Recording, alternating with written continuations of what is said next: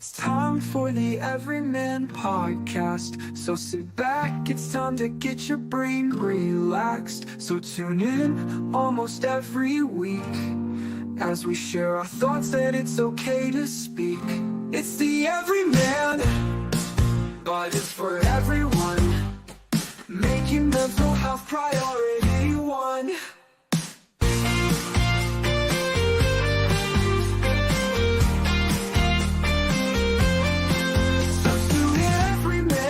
But it's for everyone, making mental health priority one.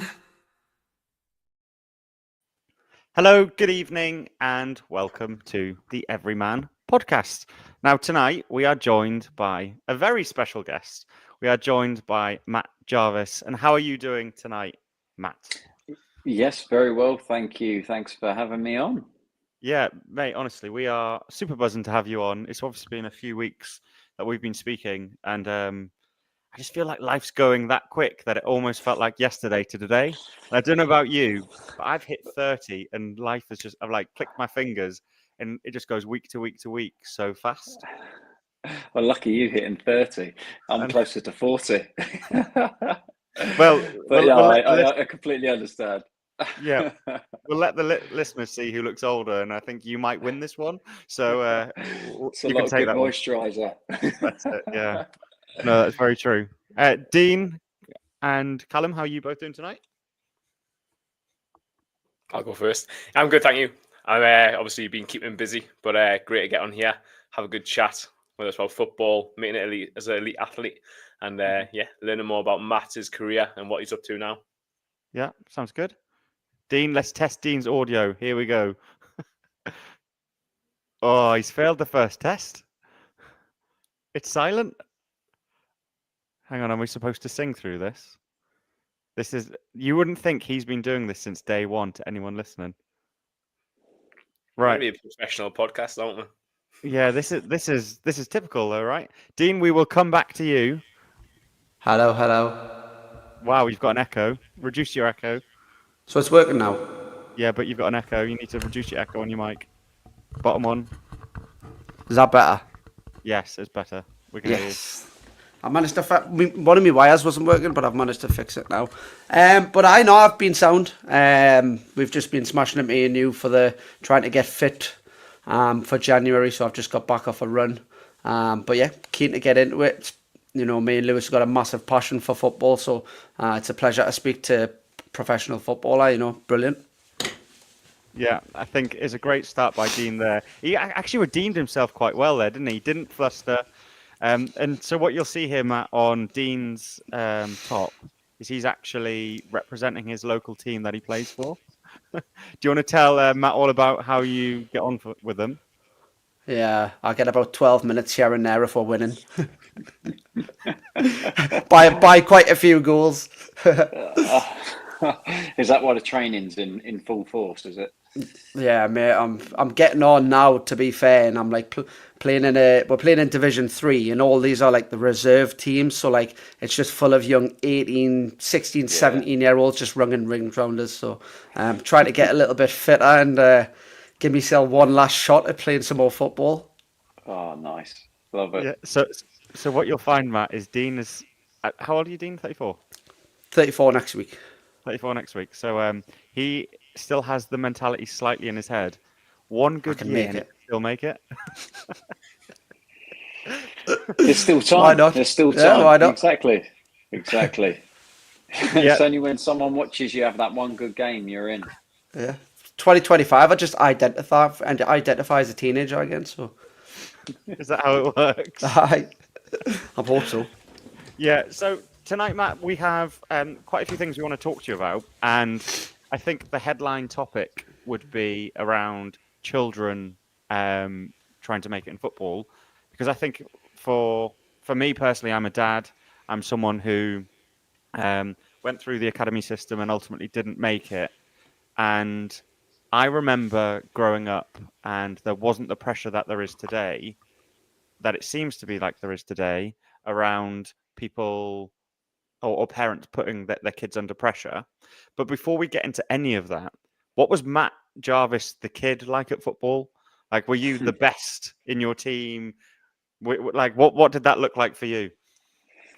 What did that look like for me? I've got an older brother, so he's 2.5 years older than me. So I was from a very early age used to playing with the older kids and used to that physicality and the I don't know, just that sort of environment of being the small kid, being the younger one that was just you had to find your way to get through the game or to get on the ball or to try something. So that was my sort of childhood. My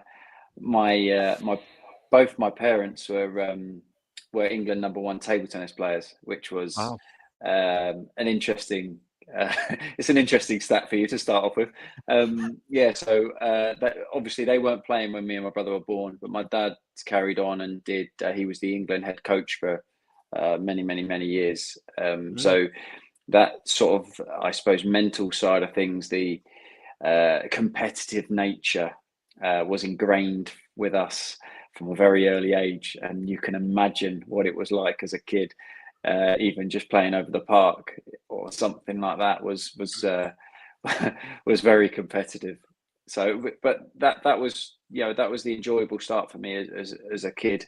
I just played locally with my mates. I then went from one team to another, and then that was my sort of my starting point where we had a really good Sunday league team, and then from there, quite a few of the players got picked up by clubs and sort of started that journey.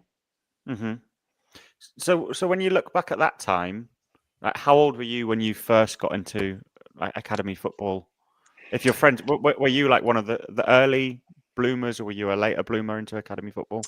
I'm not going to lie, I was never the tallest or the strongest, but I would say an academy wise, I think I was 10. Yeah, 10, I think. I was, believe it or not, I was actually at Millwall. So for me, I grew up in Surrey. I lived in Surrey. So the commitment, we talk about parents, the commitment from my mum and dad to take me to start with, it was Sheen. And then I had to go to Southwark Park. So for me, I was in Guildford. And then after school, having to travel on Tuesday and Thursday and a Saturday and potentially a Sunday to Southwark Park was a nightmare. So the commitment from my mum and dad to take me there was huge. But also, like, I don't know, that at that age for me, it was full enjoyment. I think as you start creeping a little bit older and you can start seeing like mates or teammates getting released, and you start seeing that side of things, you come a little hyper more aware of what's going on around you, and you become a lot more like, this is starting to get really intense. It's starting to get, you can feel the pressure a little bit. And ultimately, I know I'm fast forwarding a fair few years now, but ultimately at 16, I actually got released. I got told I wasn't good enough, and I got released at Mill. So it's a really tricky journey to navigate. No, I think that's. So I didn't get released at 16. Actually, I ended my contract at 16 and then went somewhere else. And I remember so many of my friends who got released. Some of them actually did better from getting released. It's almost like that setback made them more determined to then go and fight it for their chance at their next place. Where the ones who went on to get like their YTS, so many of them didn't make it. And then beyond getting released from the YTS, some went to sort of non-league local teams, sort of semi-pro. But so many of them just never played football again. Like, they've lost all interest completely. Yeah, I mean, for me, I got told, I got released. I got told I wasn't good enough, and there was a Gillingham scout that was literally outside the door once. They'd obviously been told who was getting released, who wasn't, and he was like, I want you to come play in the game tomorrow, do all this, and I was devastated. I've been there for 7 years. It was sort of all I knew. And I couldn't handle that at the time. So I turned it down. I said, no, I just want to go and play locally with my mates. Yeah. And luckily for me, 2 weeks later, the guy's still calling me, and and eventually I actually did turn around and say, fine, I'll come on trial. And I was useless on trial. My confidence had gone. That whole environment. I was a wide player, so for me, it was all about, get the ball, take players on, be exciting, do all that. My confidence had gone. So at that point, then having the pressure to perform, knowing that you have to play well to, get a contract or do that. That was difficult. And I probably played about 5 or 6 games for them, and honestly, I didn't play my best. I didn't. It wasn't one game that you could say, oh, he was outstanding there. I had spells probably in games where I did well, and then others I was just in and out of it. And luckily for me, someone saw something and they offered me a contract, and then that's a totally different feeling. And it was like a light bulb moment for me I then went into pre-season. I moved out of home at 16. I went into digs. So your whole sort of lifestyle, I know you might have done it yourself, but that whole like moving into digs and, having that instant feeling of having to actually grow up. And, there's, yes, you get looked after, you get food and all of that looked after for you, but you're all consumed in football then. We got picked up by the manager in the morning. So we were first in, and we got dropped home last because he was doing all of his job. So you had lots of time to yourself, and that was the moments where you start either messing around or you actually concentrate and try and improve. And luckily for me, I was on the other side of it. And within 1 year, so at 16, I'm getting told I'm not good enough. At 17, I'm playing in the first team in the championship. Wow. It's mental the how quickly things can change, but also you just know how much of it is mental. And I can fully say that mentally it hit me hard getting told I wasn't good enough, to then having that someone believe in me and getting given that contract, and then having that like light bulb moment, as I mentioned, to be like, right, this is a massive opportunity now, and I thrived in it and I loved it. Yeah, that's incredible.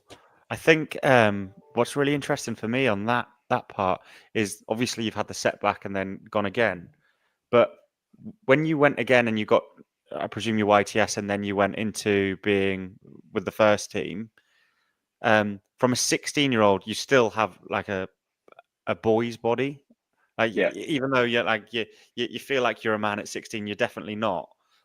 We've got Callum on here, so Callum's background and what he does every day. He works in physical health, so I'm sure he'll be as much interested in this conversation as me. What was that transformation from going from like youth football into men's football, and what did you have to do to be capable at that level? Yeah, well, for me, gym wise and body wise, I actually really enjoyed the gym from quite an early age. I did football, swimming, athletics, cross country all through childhood. I did something every single night of the week. Sometimes I'd go from football to swimming gala, athletics to football to a swimming gala, like 3 things. Wow. I was one of them kids that, on a Saturday night when everyone was turning up going to a party, I'd come at 10 o'clock stinking of chlorine from a swimming gala, ready for that last bit of dance at the last end of the disco. That was my life. But my wife jokes with me now that she says, "You didn't have a childhood, did you?" And I was like, absolutely. I love the childhood. Yeah. I don't know if I lost Matt or everyone lost Matt there. It's all right. Got him back. That was my phone, someone ringing me. Okay. No, I loved it. That was my childhood. I really enjoyed it. I was doing all sports, and that side of things was perfect for me. But within that, swimming was a huge factor in because I was quite good at it. Even though I was really small, I was quite good at it, and I then was swimming in the older age groups and getting in. So they all started doing gym sessions, and so I started going to the gym and then learning how to work at. I wasn't doing the big weights and everything, but I was learning how to use my body, and then I got stronger. And then when I got into football. In the youth team at YTS, then you started to do a little bit more gym sessions. You started to learn a little bit more. Yes, I did a BTEC course, or I learned to be a gym instructor. So I've got all of them qualifications, but it was more the actual training. And I started pre-season in the second year as a YTS, and I was fully with the first team. And we had quite an experienced changing room. We had a few youngsters in there as well, which was good, but it was very experienced. And I was one of them young kids, nippy, running around, knocking past people, sprinting past them, and then you get put in your place, you get kicked around, you get picked back up. Don't ever do that to me again. And you start learning, but they helped me massively on how to use your body, holding people off. When you're getting 1-2s and you blocking into people, using your body, and you start picking up little ideas of actually what you need to do and how you need to do it. I was lucky. I had pace.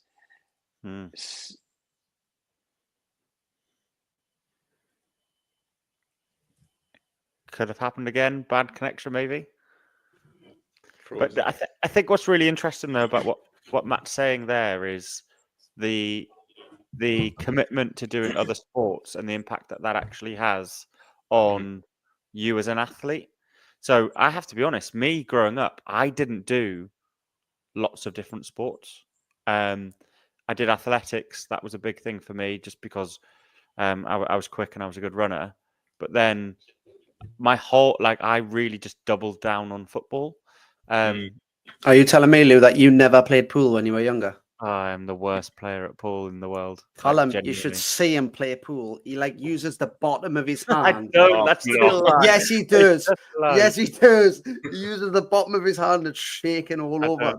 It's like that. I don't. It's like that. Definitely not. I think it's okay. No idea. I was just getting ripped for the fact that I was saying, me growing up, it sounds like you did lots of sports, and there's obviously a net benefit to that. 100%, yeah. And maybe not putting everything into football. Well, I don't know. If I look back now, I think I actually really enjoyed the individual sports as a kid. I loved I did cross country, athletics, swimming, and them sports. I could just rely on me, and I knew I'd done the training. I knew, I was so competitive. I was able to psych myself up before a race or a gala, but also in that same time was able to sort of psych other people out. Even though I was small, I was able to sort of get myself in that frame of mind that I knew that I could win. So I was, it was that side of things that I really enjoyed. Obviously, when you then go in and playing, in a team, it's a bit more tricky. You've got lots of other factors that you can't control.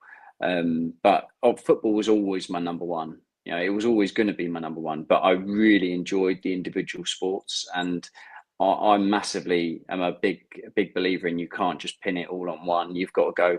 All the other sports like cross country helped me massively with football. Sprinting and athletics helped me with my sprinting and playing in football. Swimming was stamina. Swimming was the strength as well, and it all helped and aided me into getting into football and progressing on that side of things. So I'm a massive believer in kids trying absolutely everything. And I only stopped doing all of the others when I was about 14. I carried on all the way through. Do you remember did your school allow you to, did your school want you to do them all, but then football wouldn't let you? Because I remember being told I wasn't allowed to do certain sports. Yeah, I think I remember I got to a point that the clubs were like, you don't really want to play you to play for the school team. They don't want you to do this. But if I'm really honest, I just played. I did as well. I didn't stop playing for anyone. I did everything. But it's hard. The school, I loved playing for the school. It was so enjoyable. You're playing with your mates, your best mates, because it's like, and it means so much. Everyone's together. It's you can't lose that. And I think that's the enjoyable factor, because once again, when I was, you're getting to what, 14, 15, that's when the footballing, when I was at Millwall, so that was starting to get really intense. That's like, it's not so much that I didn't enjoy it. It was more, there was lots of pressure on that. You could see that people were getting released, every month or every, it gets to every term at school, and there was another one that's got released, and you can start feeling that. Whereas the school, you just had nothing. I really enjoyed that, and I sort of felt like I played centre mid at school. I've never played centre mid, but at school I played centre mid, and I You were the best loved player. it. Yeah. Well, yeah, but I mean, we had half a decent team, but Yeah, we it did as was, well. but being in that middle of the park, I became a different person, because I was the loudest, I was organising, I was doing this. Whereas when I was at Millwall, I wasn't. I was the quiet one. I played on the wing. I was a bit more sort of closed off. Whereas at school, I was in the middle. I was captain. I was shouting and screaming. It sort of brought out the best in me, which is something that I wanted to continue to do. So do you know when you look back at this is just genuinely so interesting, because I'm feeling like a lot of similarities, because I was probably similar when I look at me at a club versus me at school. Did you find, like, at Millwall, were you one of the better players, or were you just middle of the road? Were you one of the bottom players? Like, where were you at, like, 14, 15 versus the I would group? say, I would say before that, I was doing well. I think when you get to about 14, 15, I think that was where, if you can, I mean, you're all younger than me, but if you can look back and think what Millwall was like when I was, what's that, 20 years ago, was is a I love how slightly you different capped that at place. 20. Yeah, I know. Yeah, but if you think about it, it was quite an intimidating place to be.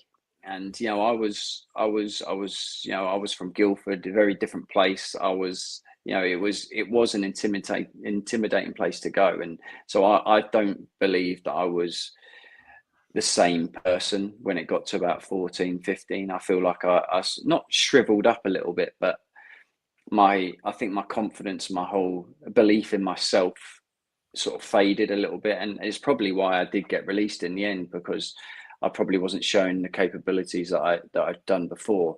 But I didn't feel like that at all at school, and I could take on that persona and that feeling of, I'm going to be the one that's the leader. I'm going to show everyone. I'm going to bring this group out. We're going to win. That's that mentality. And it's really hard to get your head around, because you're just like, well, if you can do it there, why can't you do it there? But it's the environment, it's the pressures. I had no pressure at school, because it was, well, I say I had no pressure. You did have that pressure, because everyone relied on you, or everyone looked to you. But I actually genuinely really enjoyed that side of things. I loved that pressure, I suppose, to perform in that scenario. But in other aspects, it was difficult. Yeah. So, Callum, you obviously went to America with your football. Are there similarities in terms of what Matt's saying to what you experienced? In terms of like confidence or confidence, the pressure, the environment? Yeah, it's very similar. I went out there kind of like on a very good scholarship, and there is that pressure that you're an asset. And as I was saying before, we kind of came online, is I got injured and couldn't play, and it was just like there was no support. It was very much like, well, you've cost us this money. You're not going to do anything for us. Like, you're gone. And very similar to getting released, from like an academy.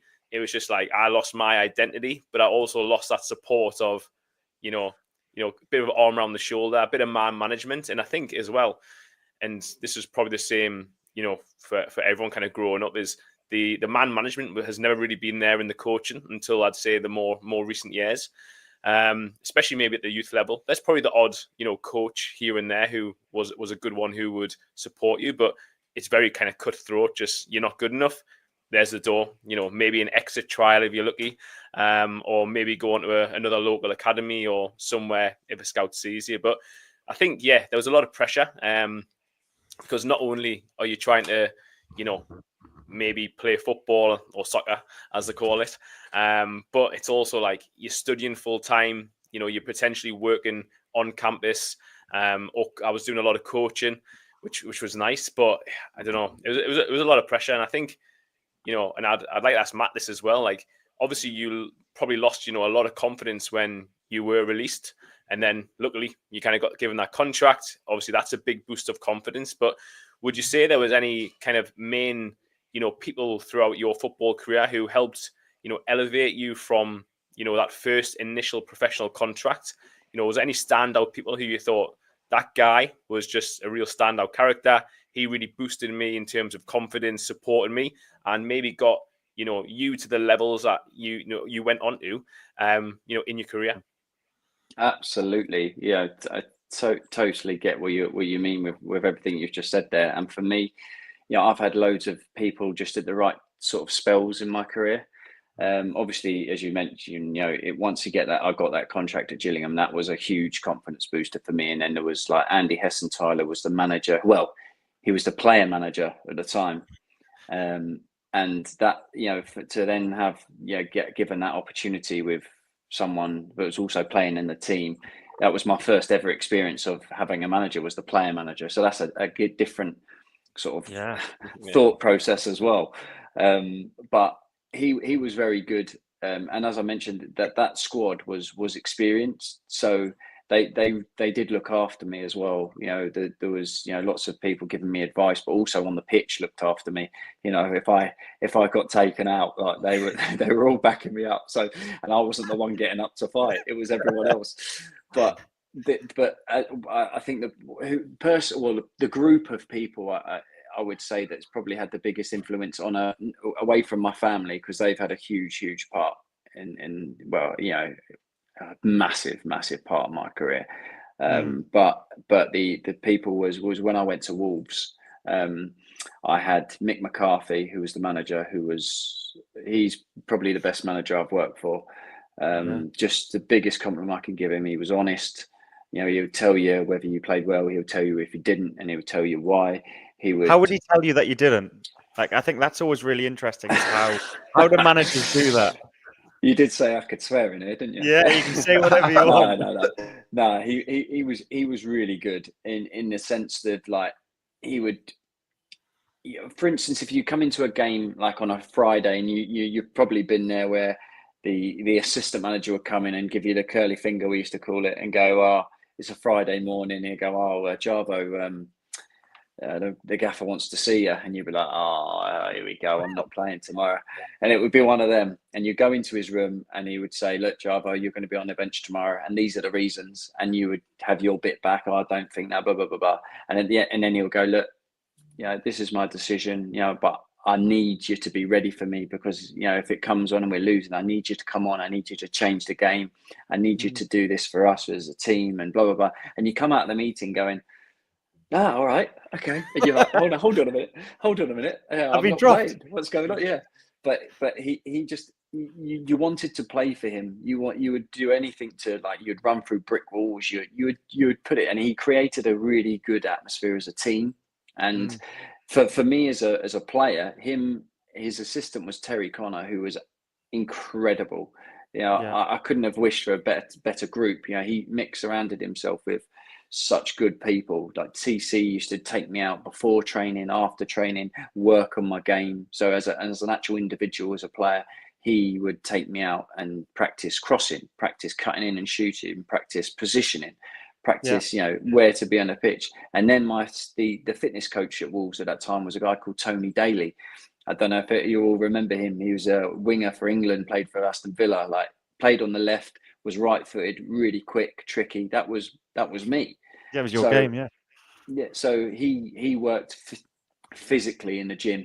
If you ever see him now, he's got like really skinny legs, but he's like that. He's huge, and he used to give me. I used to work with him tirelessly. He'd give me programs, and that's when you were saying earlier about physically. That's where I changed. My body completely changed, and that was I felt so, like, I got stronger, I got quicker, I was able to then hold people off, I was able to power away from people. That was them sort of 5 years I was there, but them sort of first 3 years is really where my game took a massive step up, and it's because of them three ultimately to start with that had a huge impact in my career. And then it's the players that you play with, the impact. There's so many other factors that come into play, but as people to improve me as a player, them three I have a lot of respect for. Just to follow up on that, Matt, kind of as a follow-on question, really, obviously, we know managers and coaches are very influential. Obviously, you had a great bunch there at Wolves. Was there any players, players that you played with who, maybe put the arm around the shoulder? Obviously, you see a lot of players who are maybe coming through the youth teams now who are shadowing, first team players. Was there anyone like that in your career where, whether it was, when you were involved in England or any of the club teams you played for, that maybe kind of showed you the ropes a little bit, or just kind of guide you throughout your career? It's a tough one, really, because as I mentioned, there wasn't really one person. I think it was different spells in different places and different clubs as you go. At Gillingham, I was the young kid, so there was as I mentioned, there was quite a few older pros that were in that dressing room that looked after me, and it wasn't necessarily like in my position, but it was like the centre halves, the centre midfielders. They sort of would tell me, give me loads of hints and tips and what things to do, what things not to do. But then when I went to Wolves, we had some really good experienced players. We had a lot of young players that had never played at that level, really. And we were all hungry. We were all so desperate to get to the promised land, get to the Premier League. But there was older players. We had Jody Craddock, who was the ultimate pro, get every single day working hard, great attitude, really good leader, great trainer, great player. And he would just lead by example. And then we had Mickey Gray, who was great. What a career he'd had. And then he always used to say one little bit to me. It was always like everyone say, "Oh, who's giving you the best bit of advice?" And I was like, "Well, sort of from Mickey." It was he just used to say to me every day, you come in and go, "Jarvo, run fast, score goals. That's it. Simple, run fast, isn't it? score goals." And I was like, yeah. And to be fair, he's spot on. That was it's just certain things. But I think once I got to West Ham and then went to Norwich, I sort of became that player. I really enjoyed sort of mentoring or helping the younger lads, and especially more when I was at Norwich and I was going through a tough time myself with injury.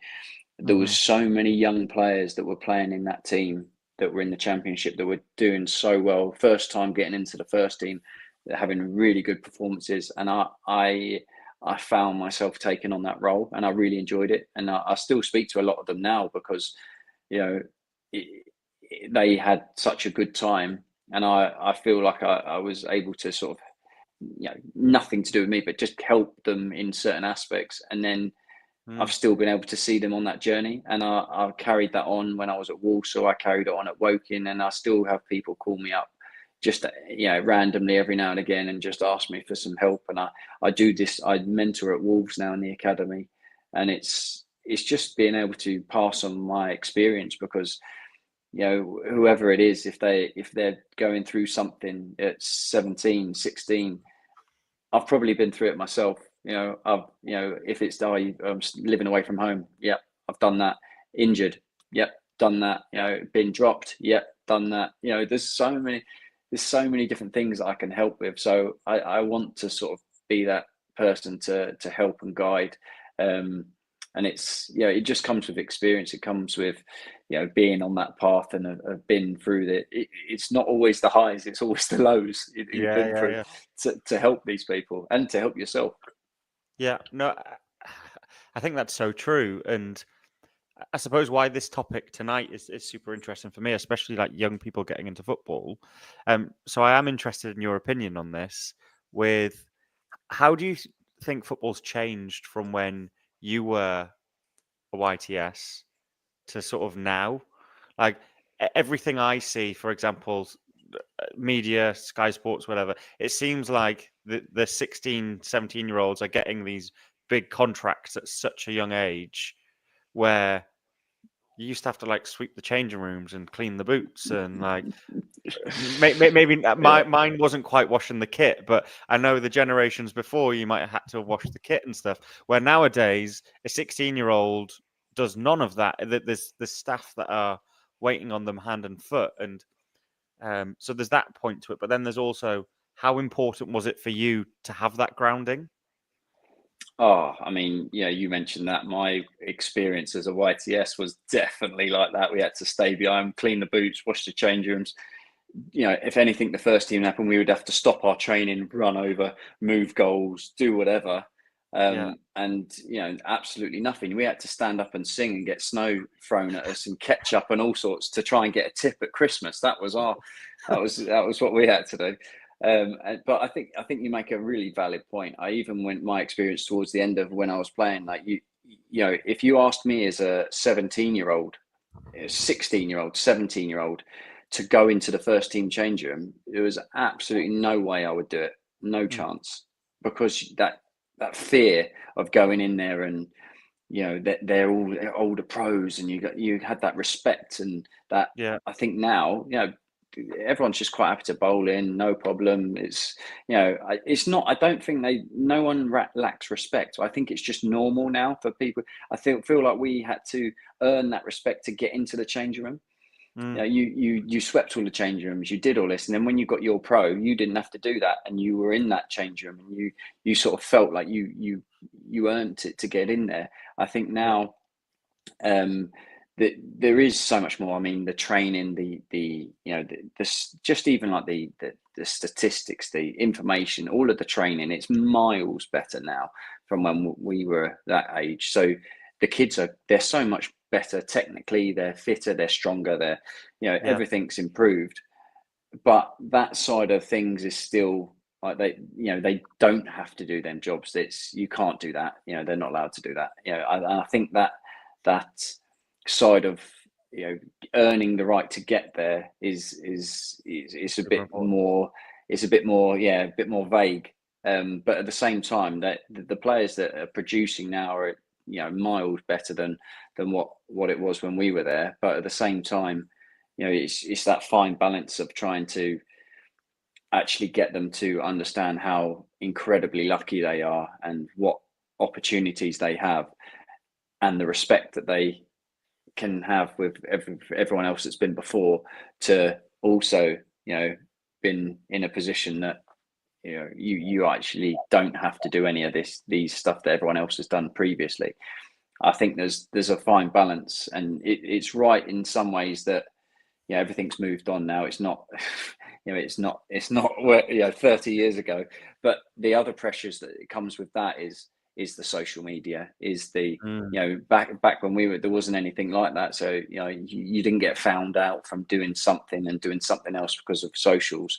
You were able to just concentrate on playing football, or if you went out, it doesn't really matter because no one spotted you. It doesn't, whereas now everything's, you can't do anything. Or if you do one silly post at 15, it's coming back to haunt you at 20. You've got to be so much more aware of what you're doing, and social media is a huge part of that. And it's really difficult to navigate through it because after one game you haven't matured enough to keep your emotions in check potentially, and you just fired out something, and then next day you're like, oh my god, what have I done? But it's too late. It's so hard. They're exposed to so much more so much earlier. And can you at 16 think that you'd be able to handle that? I don't think you can. So it's finding that you've got to be able to help them navigate that way through the social media, navigate them through their transition to playing, but also keep in the back pocket that they need to earn the right to fulfill their potential, that they're in such an incredibly lucky position to be in. Yeah, 100%. Don't get me wrong, they've worked hard to get there, but you've got to kick on from it's there. A privilege though, isn't it? That's the thing. It's Absolutely. a huge privilege. It's the best job in brackets in the world. I fully agree with that one. When you were playing, how did you find social media? Was it something you were on? Was it something you weren't on? But what was that like? Because I imagine if you're on it, it's instant feedback in the thousands, right? Oh, it's great when you're playing well. Yeah. There's nothing like a winning goal, and then you go on and see, and you're thinking, oh, I'm the best player in the world here. We're going to touch on best player in the world, don't worry. We're going to get your opinion on it. I didn't have social media to start with, and then I think it was more when I went to Wolves, I started to have one, but I had all my other ones were private apart from Twitter. So I didn't have anything like that. And then it was only when I went to West Ham, I then started to, well, I still didn't have open on Instagram or anything, but I kept on my Twitter as open. And yeah, it definitely affects you. For every 1,000 that's good, if you read one that's bad, it's the only one you think about. Human nature of that, isn't it? Yeah, and it definitely changed my output or outlook. I remember many occasions when I was at West Ham, and it wasn't even if I had a bad game. If the team lost and we were getting peppered on socials, I had like a dinner or a birthday that I was in London, and I would cancel, because if I was then seen out in London after a bad result, and I was like, oh, how's he at? What's he doing out? And team's just lost, and he was rubbish, and I was like, no, I can't. I couldn't deal with that. I was like, I just want to go home, and I'll stay in. And at that point in my career, I was like, I didn't want to put myself in that situation. Whereas other people were quite happy to, go, well, I'm not doing anything wrong. I'm just going out for dinner or going out for someone's birthday. Why do I have to, worry whatever other people saying? And I totally believe, and I wish, I look back now, I think, why couldn't I do that? But at the time, that presence, did you feel like on the social media, responsibility? Absolutely, I did. Yeah, I mean, plus at the particular time, I was club record signing, so it come with even more pressure. So, it was. It's interesting you say that, because I think like in recent times we've seen that with Rashford, then we've seen it with James Maddison. I think James Maddison went to the darts fairly recently. Got absolutely hammered. I played with Madders. I played with Madders at Norwich. So yeah. And what a player, by the way. So we're all Toon Fantastic. fans, and obviously it was either us or Tottenham really that he was going to. I have to be honest, I was a bit gutted that we didn't get him, because I feel like he's number a top 10 player. Yeah, we definitely could do with a number 10. And you look at that and go, because I think Ange even came out and was like, he's done nothing wrong. It's absolutely fine. I have no problem with it. And whilst it's absolutely a privilege to be a footballer, to your point, you've earned it. Like, you aren't given it, you've earned it. And to play in the Premier League means you're in the top 600 players in the country, squads roughly of 30 and 20 teams. You are also allowed a life outside of football. Like, going out for food and going to watch the darts isn't. You're not saying to your fans, I don't give a fuck about the result. You're not saying that. What you're saying is, like, I also have a life outside and I need to go and enjoy myself.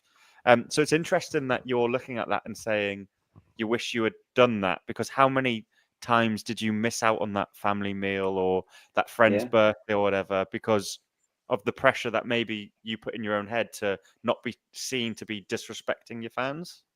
Yeah, more than 5, probably more, maybe higher towards the 10, just because I played for Wolves when you were in a relegation zone. Well, yeah, sorry. If you played for Newcastle, I would never have said that. It's all right. It's fine. I found it like it was. I just didn't want to put myself in a position that someone could have a go at me because of anything other than playing football, and I also didn't want, if I was with my wife or, I didn't want them to be in a position that they were getting pelters for me, or something that hasn't happened. And I did just feel like it wasn't, if I wasn't there, then nothing bad would have happened anyway. And not that it would have probably anyway. And what would they have said? Oh, you were rubbish today. I was like, yeah, sorry, I tried. That would have been it. But I just felt, so Yeah, I've worked really hard to be rubbish, but it was just one of them things. But Matt. I just feel like that was a really tricky bit that I just felt at that point in my life, I just thought I'm just not going to put myself in that position. Matt, did you have any, bad altercations with fans? I feel like a lot of fans will, almost see footballers as, just an object. And you look at, was it Everton with Morpay and the fans are in the train station? Obviously, he's then went and tweeted a lot of, things back. That is absolutely insane, that tweet, by the way. But even like when Anthony Gordon was, in the process before he left Everton, people kicking his car and chasing him down the street, and just situations like that, you were lucky enough to not find yourself or have any kind of abuse like that from people. Away from actually playing the game, no, I didn't. Don't get me wrong. There's people after a game and you're leaving the stadium and they're having a go at you and whatever, and it happened to my wife, it happened to my family, but. That's unfortunately, it is just one of them things, and it's not nice, and it shouldn't happen, but it does. And you learn very quickly from a very early age that you've just got to, you just get on with it. I played on the wing my whole career, so I was next to the fans when it was corners. I took the corner kicks, I did everything. So I've heard everything, and if it was if I was playing at home and it was a away fan hammering me, I got to the point I really enjoyed it, because it felt like if they were hammering me, I'm obviously playing well, so that was a positive. And then I would smile and laugh, and then they would be even more raging, and I would use it to help me. So I learned quite quickly and quite to spin it into a positive for me. But away from actually the stadium and the game. I suppose that for me, I wasn't one that got hammered or abused. Really, I was quite lucky. Maybe I manoeuvred myself into the correct spots that weren't getting football fans and recognising me. But it does happen, and it is a shame. But at the same time, people, it's a tribal football.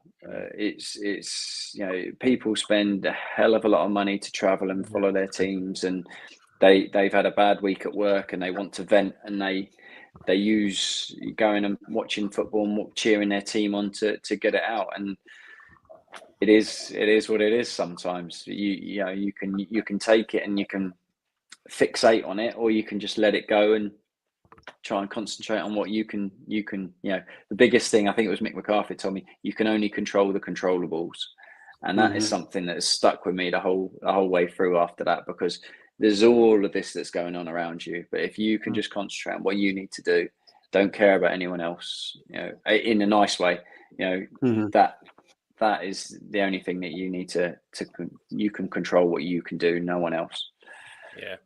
I think just to add to that as well, obviously you've kind of touched on how important your family were. Now, listening to you talk earlier, you mentioned an older brother, and to me, when I was coaching, I always found that was a cheat code to get the younger brothers to be amazing at football. And then also you mentioned your parents played sport at a very high level, so that environment there was amazing for yourself. But, for me, like one of the crucial things now that I work in health and fitness is I'll always make sure any client or person that I work with has a good support network around them, to make sure on their fitness journey, whatever it is, they've got that help rather than friction. Now, for you, how was it to, have your career with such a supportive family? Was there, certain moments where, maybe injury or things like that? Like, how did they pick you up and support you throughout your journey? And how important was that to you? It's absolutely vital. I'd never been able to have done this journey without them, for sure. I'd never would have reached the levels that I have if I didn't have that. I was very lucky.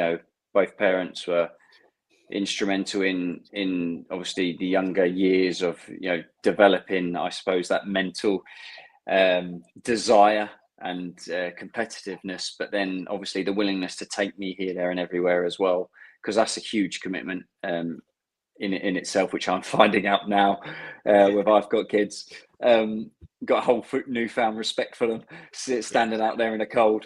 but also huge. He never gets enough credit. Really, is my brother as well, because he was at Millwall for the whole time. He got released at 16, the same as me, same age as me. Unfortunately for him, he's had 3 knee operations, and he never went any further, unfortunately. But it was never like he used to message me every single Saturday morning before a game. This was like throughout my whole career. He was always there after a game, call or message, to see how it went or what it was.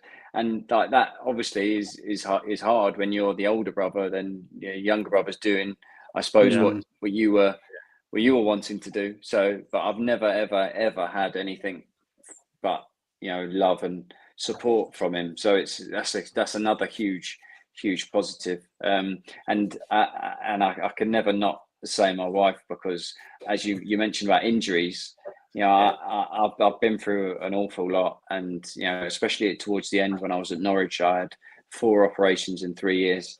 I got told by the specialist to retire. I got offered a year's pay up by Norwich. I was living away from home. We just had my son, my firstborn.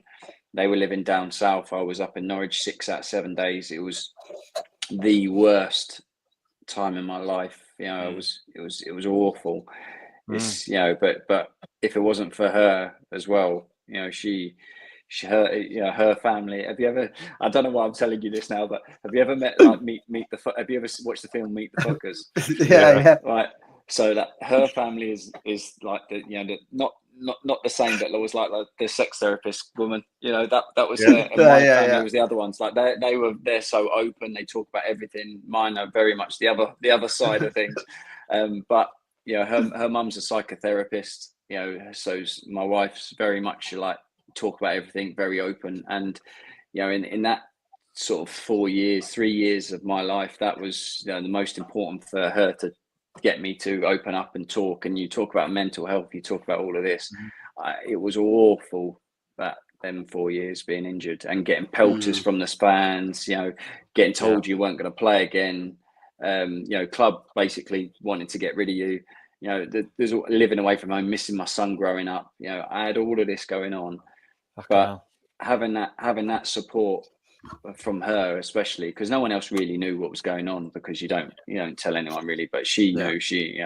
So that having that support, and that's from when I first met my wife all the way through. I've been with her since I was 19, so that's been a huge support the whole way through.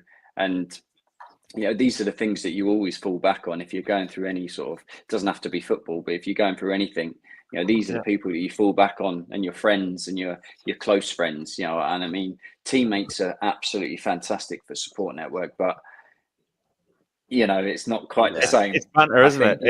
It's ripping you to make you feel better. That's what it is. Yeah, there's that. And then you also one of them, if it's another winger and I'm chatting to them about how they're like, oh, yeah, that's great, but I'm good. I want to play, not you. Yeah. So it's you're never getting that full thing. Whereas it's people that you fully trust, and you're fully, they're only out for good for you. So I was very fortunate to have that, and that's a huge part of the way I've been able to, grow up and to improve and to get through and play at the highest level, and then be in a position where I am now. That's ultimately because of all of that, helping and supporting. Amazing. I wanted to ask you, Matt, about earlier on. You touched about confidence, and when your confidence was knocked, you had them bad games. Confidence is a massive thing, especially in football. Especially for I find if I have a good first touch at the start of a game. I played last week, and it was the worst game of football I've ever played. I had to play. He wanted us to do box to box, and I just can't run, especially against these 18-year-olds. And like in training, I'm fizzing the ball around first touch, unbelievable. Just before the match, I was thinking this is going to be brilliant. So kicks off, comes back to us, goes to take a touch, bobbles over my foot. I said, right, next thing you do, just do it nice and easy. I gets the ball, looks up, me left back's in space. I go to pass it, it bobbles, mishits it, and it puts the winger through on goal. He nearly scores. Keeper saves us. And I'm like, right, this one, just do it really easy. And I go to pass it back to my centre half, puts the striker through one of them with the keeper. And I was just like, no, every time someone had the ball, I was just, do not pass me the ball. Just don't pass me. They're taking throw-ins. I'm like, no, don't pass. So, yeah, long story short, I was wanting to ask, have you had these times where you might have had 3 or 4 games where your confidence has been I'm not sure Matt ever had 3 or 4 games like that. I don't think Matt had that in his full career. Yeah. I'm not had it in about right. 10 minutes. Nobody played as bad as nobody's ever played as bad as that ever, right? Yeah, were you but one? I Were you was- one of them that your excellent trainer just couldn't do it on the Saturday? No, like sometimes, yeah. But like this one time before the game, I was so confident. I'm like, I'm gonna play unbelievable here. And I was lucky to get in the squad the next week and actually message the manager saying, I appreciate the vote of confidence. It won't happen again. And he said, yeah, make sure it doesn't. But no, I just want to ask how when you have their moments, or well, days in my case, were you able to get past that? Do you know what? It is hard because I think if you do one, you can brush that off. If you do two, you can, but if you do 3, you're like, well, your teammates are looking at you and like, no, you can't, there's no more. 1, you can accept. 2, you're like, nah. 3, it's a no-go. So it is quite hard to, yeah. I mean, you're lucky you're in the squad. But for me, I definitely went through loads of spells like that where because you're always on this wave, always on this wave of emotions, whether you're playing well, whether you're not playing well, you're up and down all the time. And people can always criticize footballers. They can always say, because they always go, oh, they're getting paid this, they're getting paid that. But it's not just your actual playing, it's the emotion of the journey and everything that goes on. And it only takes you can have one bad touch or you miss one chance and then the crowd's on you and then you're just expected to brush everything off and then just carry on like nothing's happened. It can affect you. For me, I think if it's one that I've had the game and then after the game I know I've not played well, I think you go back to, I always used to go back to basics, which my basics would be, I'd go on a training round, I'd go out and I'd go out early, I would practice, I would then do training, I would then go practice again afterwards. And going into the games, I would then be watching videos of me either scoring or taking people on successfully, everything positive. And then I'd be able to then go into that next game fully believing that I was ready and I was, I'd done the work. I know I've practiced. I was, and in games you can sort of revert back to that. What I used to do is my first ever opportunity to get the ball and take someone on, I would always give it a foot race. I would, line up to the fullback and then I'd knock it down the line and I'd have a race with them. And if I beat them and I got the cross or I got to the ball, I was thinking, this is happy days. What a great game this is going to be. Yeah. If I didn't, then I was like, okay, then obviously it was quick. It's going to be a long No, so you think, okay, what's next? So next one I would cut inside. And then if I got past him there and had a shot or do that, and you think, okay, and then you can start sizing him up and you can start going, well, okay, well, if he's got a good pace, right, what do I need to do that? And if I lost it, okay. And next one, I would then maybe, like you said, I'll try and keep it simple, go back, do that. And then I'd have another go. And you're just trying to keep topping up your confidence bank where if you've made one mistake, you're not trying to, then double do it to try and get back. You just go back through the motions again. You can go in and, just feel like I've done this a million times. I know I can do it. I know I can either make that cross or that pass. And I think that was a part of me that it wasn't just clicked overnight. It wasn't like a light bulb moment like before. This is something you have to learn and it takes time and you have to work on it.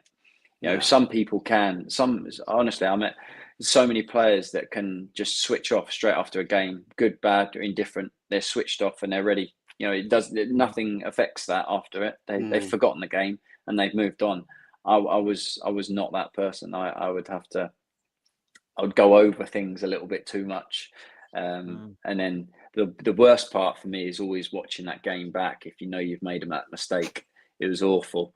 You've not tracked that runner, and he goes and scores, and then the next day when you're doing the video analysis, and it's coming, and you're sat there, you're like, this is awful. I know it's coming, and then you get that, Jarvo, what are you doing there? And you're like, I know, Yeah. I made a mistake. But these are the things that you then realise next game when he runs, and you're like, oh God, I remember that last time. I can't be seen on that video to do that. I'm chasing him back. So it is hard, but you can use little mechanisms and coping things. And I say the biggest thing that's changed from when I first started playing to now is the sports psychology, mentally preparing, visualization, all things like that you can use. And I always say, I was happy to try anything really within reason, obviously, to try and get them little 1%ers. If I knew that it maybe it wouldn't do anything for me and it wouldn't benefit, but if it did and it just gave me that little 1%, then I was up for going for it. And that was how I first started going into using the sports psychology side. Mm-hmm. I'm just wondering as well, just one more, sorry. I was just wondering because I'm holding out for the over 35s because I'm convinced that once I start playing the over 35s, I'll be better. So I'm just wondering, are you still playing football? Are you still playing football now? And what I'll say?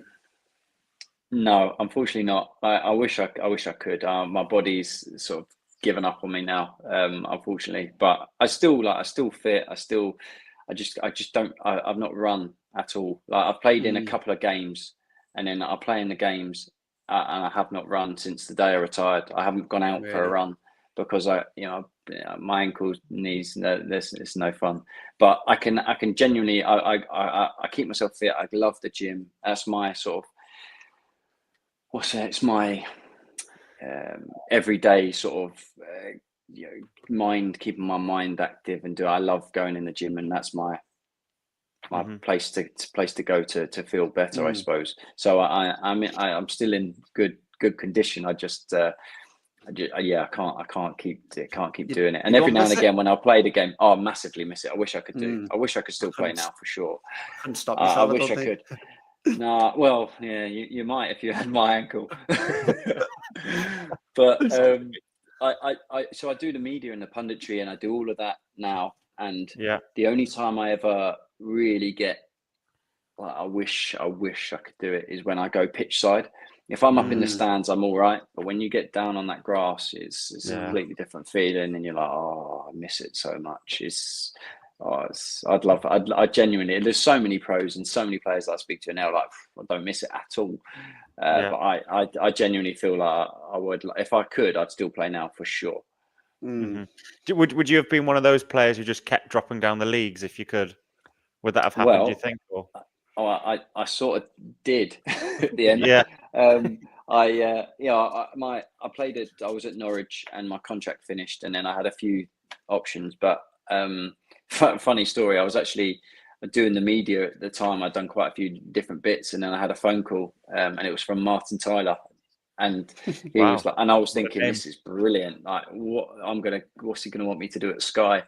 But it turns out he was the assistant manager at Woking in the National League, and he wanted me to go there. So I ended up signing there, and it's local to me. It was brilliant, and for me, it was just like that enjoyment factor again of just wanting to go and play football. And I think, was it like when you were 16? Do you know when you said about being released, like just almost playing with your mates, sort of thing? Yeah, I do believe. Like for me, it was slightly different. I'd gone through hell and back to get back fit. So for me, it was more of a selfish thing. I think I wanted to go and play for myself. I'd worked too hard to get myself fit and go through all of that. I wanted it to mean something.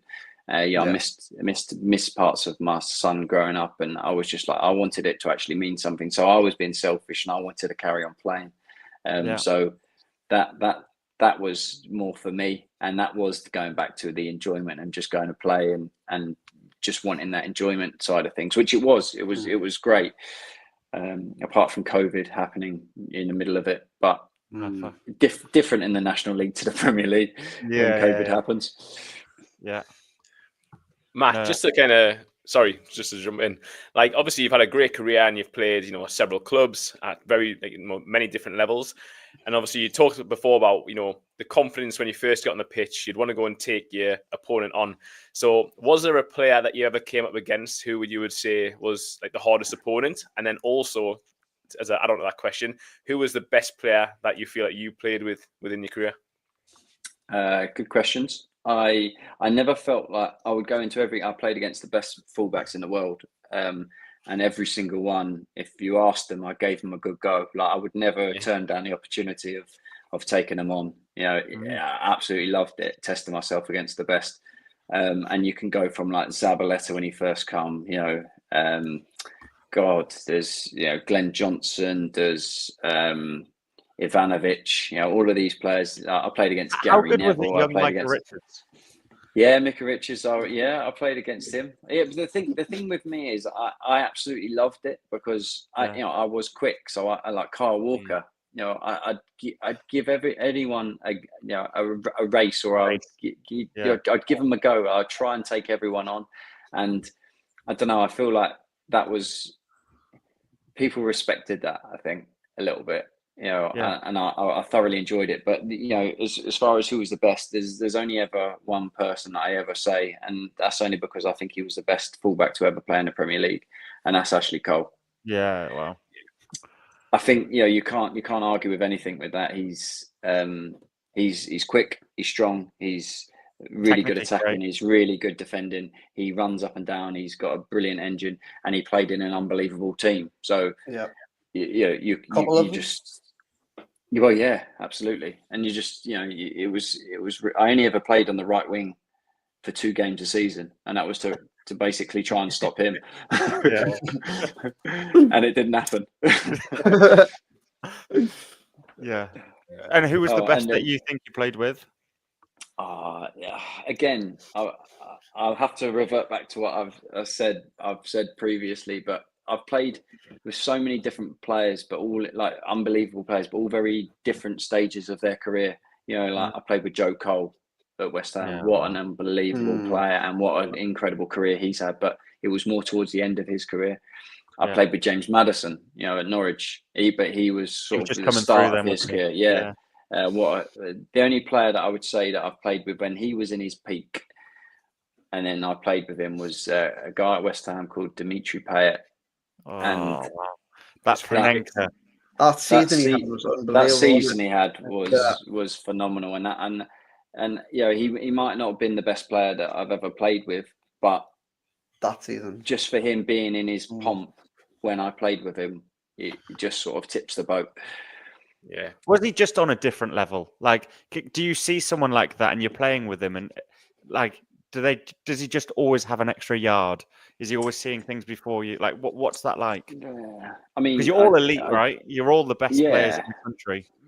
Yeah, I think I want to add into that just because of I feel he needs to be in there is Ravel Morrison. Like, what an incredible player he was, but unfortunately, for whatever reason with him, it just he could have quite easily been right at the top, because what he used to do in training was nothing short of outrageous sometimes. But like when he turned it on, you just couldn't get near him. Phenomenal. Nah, it was just too easy for him. He would just be playing games in training and see how many times he could make people, and he literally would, like 5-6 times. Football was so easy to him. Wow. It's just technically, it was just left foot, right foot. He had pace. He could tackle. He had that bit of grit and determination. Yeah. He had so much ability. It just, and he showed it for spells. But Dimitri, he never saw him in the gym. He didn't have a brilliant physique. Yeah. But on the ball, he was just different. He could manipulate the ball. So good touch. Left and right foot, or predominantly right. He didn't really want to use his left that much, but the way he could manipulate the ball, you could give him the ball anywhere on the pitch, and he was able to control it under pressure. He was, set pieces was outrageous. And he just had that air of confidence about him. It wasn't arrogance as such. He would just, he knew his ability and he believed in himself. And I think that says a lot, and it makes a lot. Do you think people like Payet almost was playing football in the Premier League how you described you at school? Yeah. It's almost I think like if you that watch, I think if you watch some of his games that he played in, you could tell he's like that. You see some of his goals when he went to shoot and carried on going, and chopped about another 4 or 5 people, and then stuck it in there. It just looked like he was just enjoying himself, and I think that's it's a huge part of it. Yeah, I think that's such a difference. You can probably take it's an amazing analogy for football, but I think for like anything that you're doing, it's going into it with that like right mentality of I'm going to go in and enjoy it. Like like there's two things with nerves, isn't there? It's either I'm nervous, I'm scared, or I'm nervous, I'm excited.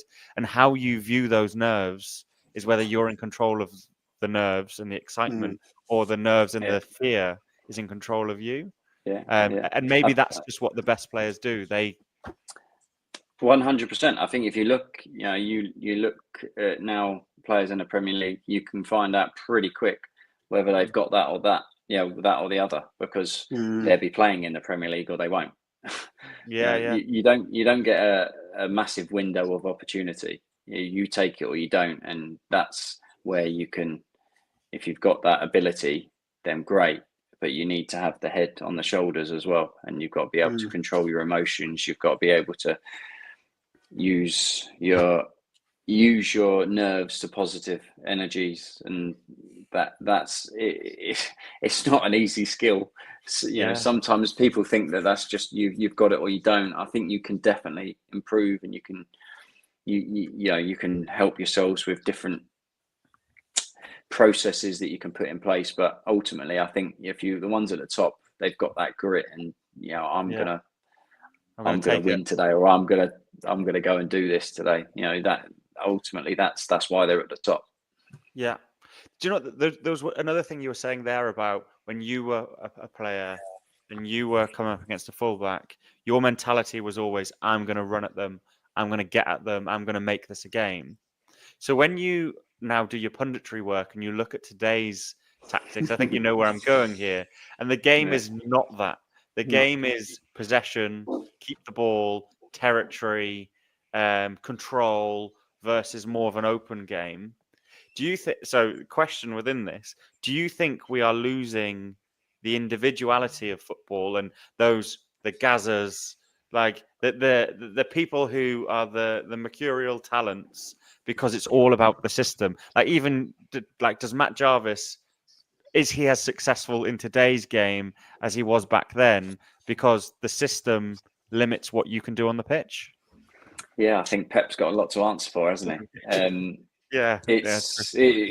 mean, I do look at it 100%. I get so frustrated watching, because you're just like, why is no one taking him on? It's the excitement. I was some occasions I'd get the ball and I'd think about turn it back, and then the crowd would lift, and I just automatically was like, well, I can't turn back now. I've got to try and take someone on, because that's just that was what I felt from the crowd. Whereas now everyone just expects you to turn around. It's not that. It's not as exciting. That's why you hear it's not exciting. As a turn back though, don't you? Like Jack Grealish now, doesn't run at people. They're just retaining possession. Looks so talented. He's so talented. I know. And it's so frustrating. Yeah.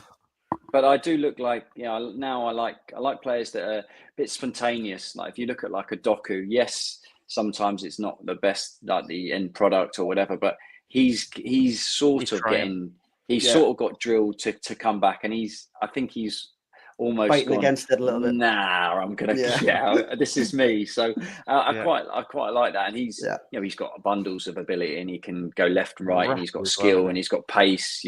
That's what people want to see. And as a wide player, that's what I want to see. I hate to would have been in that position that the manager's telling me not to take people on. Now that was my whole purpose in the game, was to create something and to make it exciting and take players on. So it is unfortunate, but you still have people, they've just sort of perfected a different way of attacking.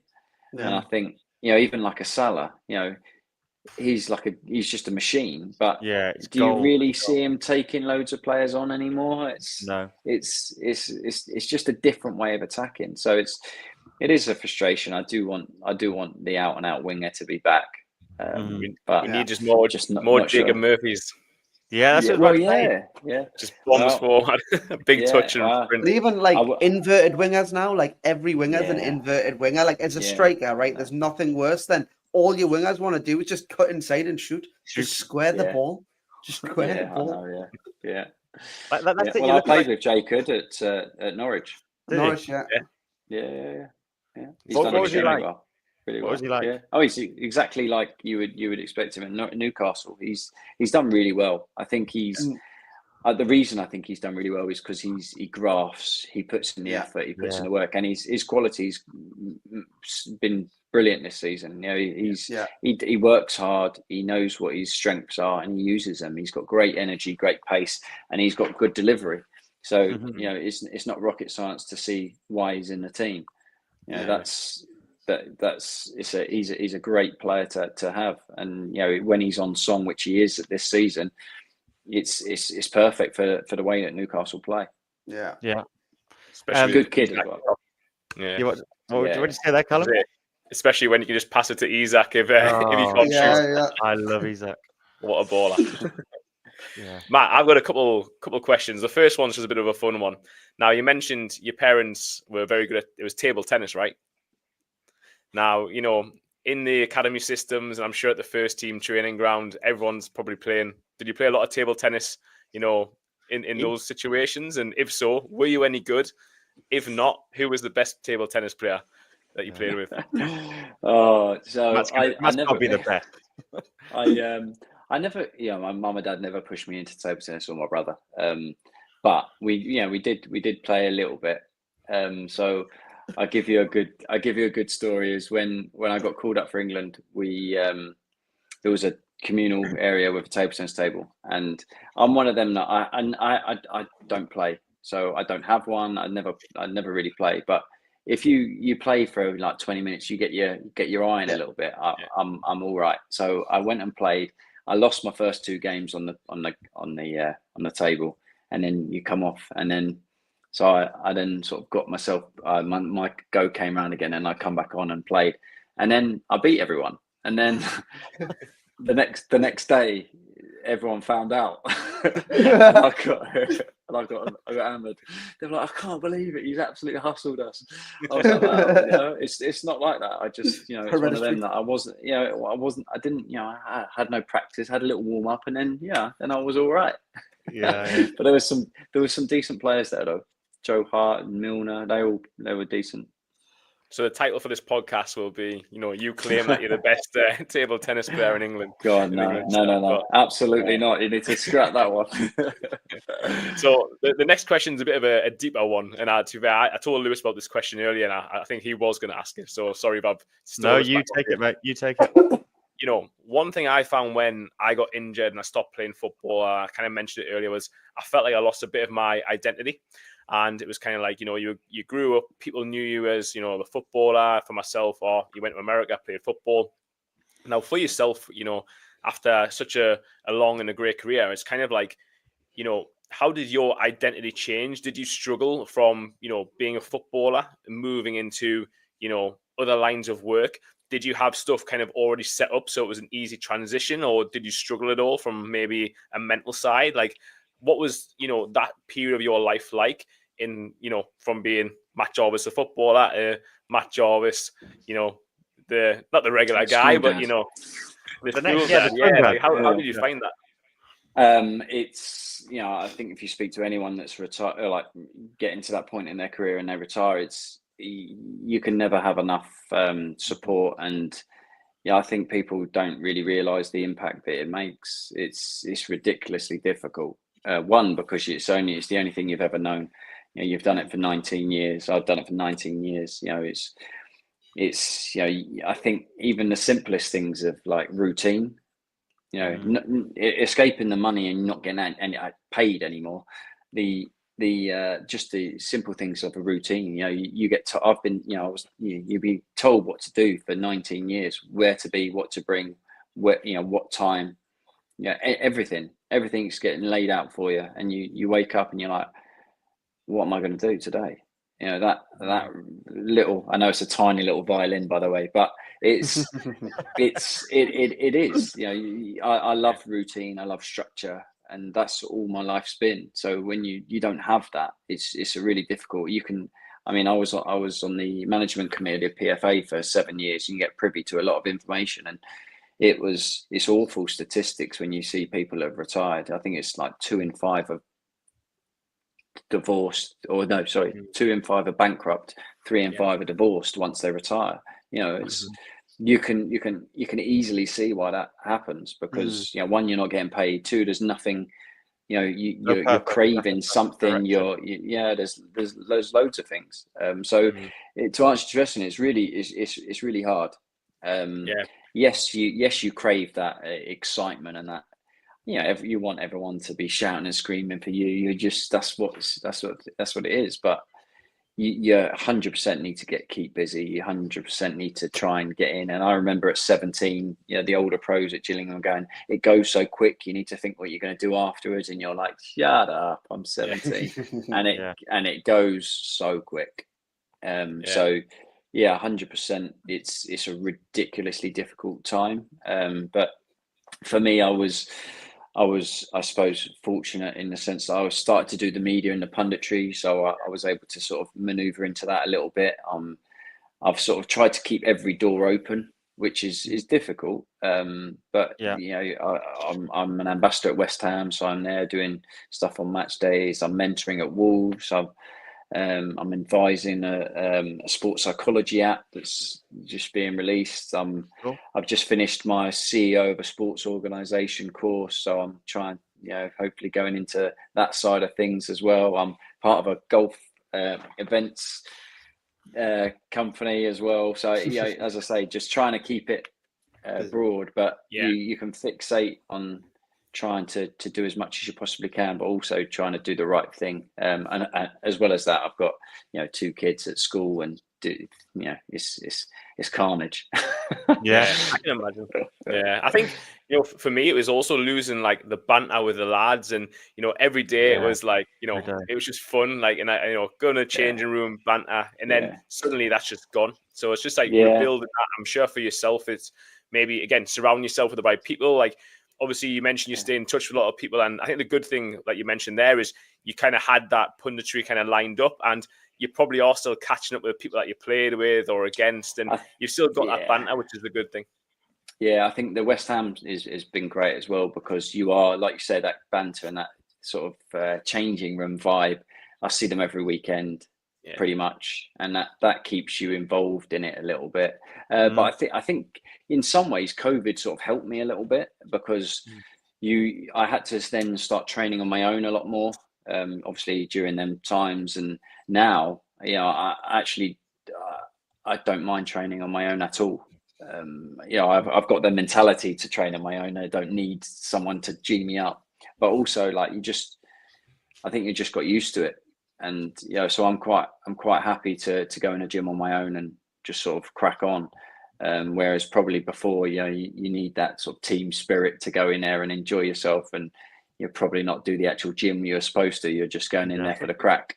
Whereas now I'll go in there and I know I'm just going in the gym, and I'm in and sort of out, and I've got that's my purpose, to go in there. So it's really important to have a bit of everything, really. But there's never one right answer, and I think everyone craves different things.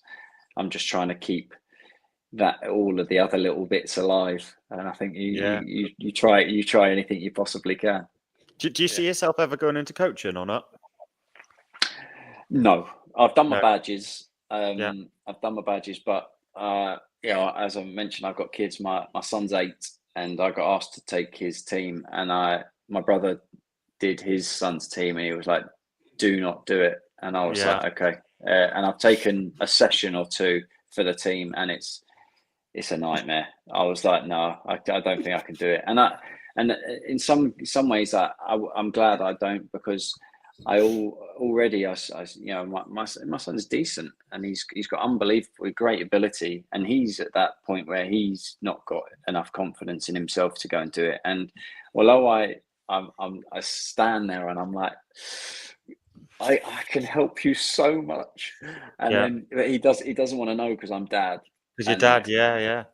And it's for me, it's so frustrating, but at the same time, it's like, it's not, it's up to him, Do you know what's funny there? And I always I sit on the side and watch, and he almost is already almost told, well, pretty much told my wife that he already feels like I put too much pressure on him, and I haven't done any, like, I've literally, so now, like, I went through, like, before Christmas, I didn't go to his games, which was awful. I wanted to, but I just didn't want to give him that pressure that, he's 8 years old, just go and enjoy himself. Yeah. But then on the other side of things, I stand there, I watch him, I'm like, God damn it.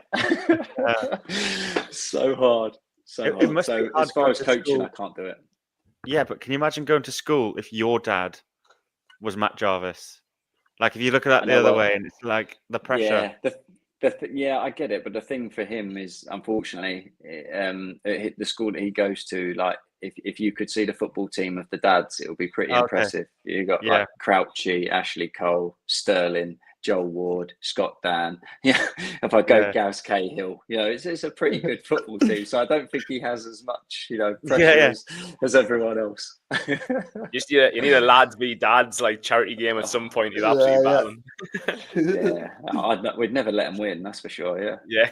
Do you know what was really funny when as you were saying, like, he doesn't want to take advice from his dad?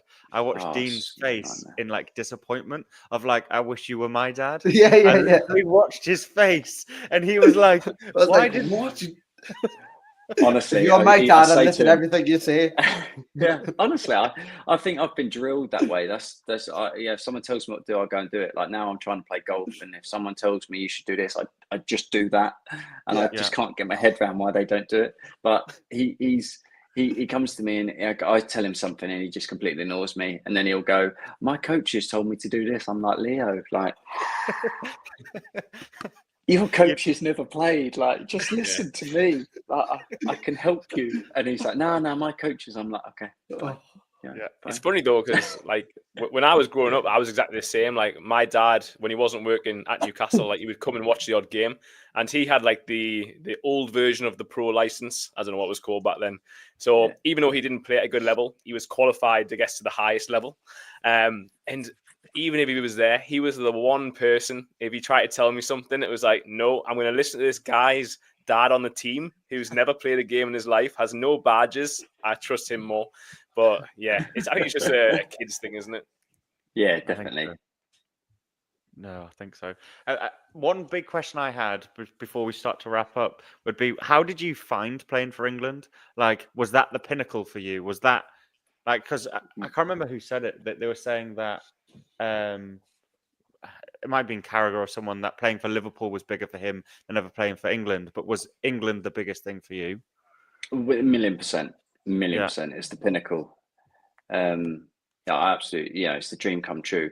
It's everyone's dream as a kid to play for their country. And and to be fair, if I was playing for Liverpool or Man United, maybe it would have been slightly different. But for me, it was the best thing. It was the pinnacle. It's the best thing that's in football was the pinnacle. It's the best thing I've ever done in that aspect. No, yeah, it was definitely my dream too, more than anything as well. Still mine. It's still Dean's. Yeah, but you've got the over 35s. You're there. You got it.